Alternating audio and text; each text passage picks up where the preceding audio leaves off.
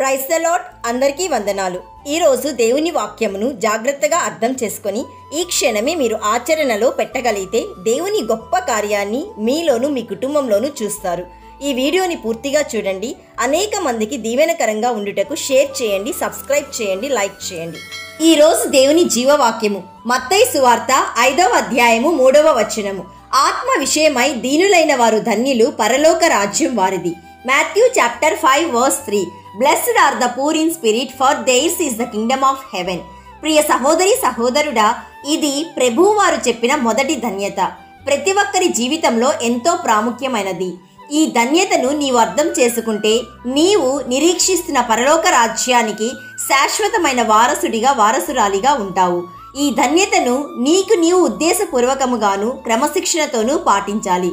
ఆత్మ విషయమై దీనులైన వారు అంటే నిన్ను నీవు తగ్గించుకొని నీ నిస్సహాయతను ప్రభువు సన్నిధిలో ఒప్పుకొని దేవుడే సర్వశక్తిమంతుడని ఆయనపై ఆధారపడాలి. నీవు దేవుని దగ్గర నుండి పొందింది ఆ రోజుకే సరిపోతుందని గుర్తెరిగి ప్రతిదినము నీ అవసరానికి మళ్ళీ దేవుని సన్నిధిలో కనిపెట్టాలి. అనుదినము నా గడప యొద్ద కనిపెట్టుకొని నా ద్వారబంధముల యొద్ద కాచుకొని నా ఉపదేశం వినువారు ధన్యులు అని దేవుని వాక్యం సెలవిస్తుంది. కాబట్టి నీవు నీ సొంత ఆలోచనల మీద ఆధారపడవద్దు, నీ సొంత బలం మీద ఆధారపడవద్దు, నీ సొంత నిర్ణయాలు తీసుకొనవద్దు.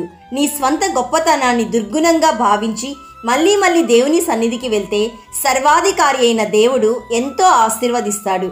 ఇలాంటి ఆలోచన కలిగిన నీకు దేవుడు గొప్ప కార్యములు చేస్తున్నప్పటికీ మళ్ళీ నీవు దీనుడవై దేవుని సన్నిధికే వెళ్తావు. ఈ విధంగా ఆత్మ యందు దీనుడవై పరలోక రాజ్యాన్ని స్వతంత్రించుకుంటావు. So my dear friend, God is saying that my people who are called my name humble themselves, for theirs is the kingdom of heaven. కాబట్టి ప్రియ సహోదరి సహోదరుడా, నీవు పరలోక రాజ్యానికి వారసుడిగా వారసురాలిగా దేవుని సన్నిధిలో నిలబడాలని మేము ప్రార్థిస్తున్నాము. నమ్మిన వారందరూ ప్రార్థనలో ఏకీభవించండి. యేసయ్యా, ఈ రోజు మాకిచ్చిన జీవవాక్యమును బట్టి నిన్ను స్తుతిస్తున్నాము. తండ్రి, మేము దీనత్వము కలిగి మీ సన్నిధిలో మొరపెట్టుటకు దయ చూపించండి. యేసయ్యా, ఈరోజు జీవవాక్యం వింటున్న ప్రతి ఒక్కరూ, వారి కుటుంబాలు, వారి పిల్లలు నిత్య జీవ రాజ్యానికి వారసులుగా మారుటకు నీ కృప చూపుమని కృపామయుడైన యేసయ్య నామంలో అడుగుచున్నాము తండ్రి. ఆమెన్. God bless you.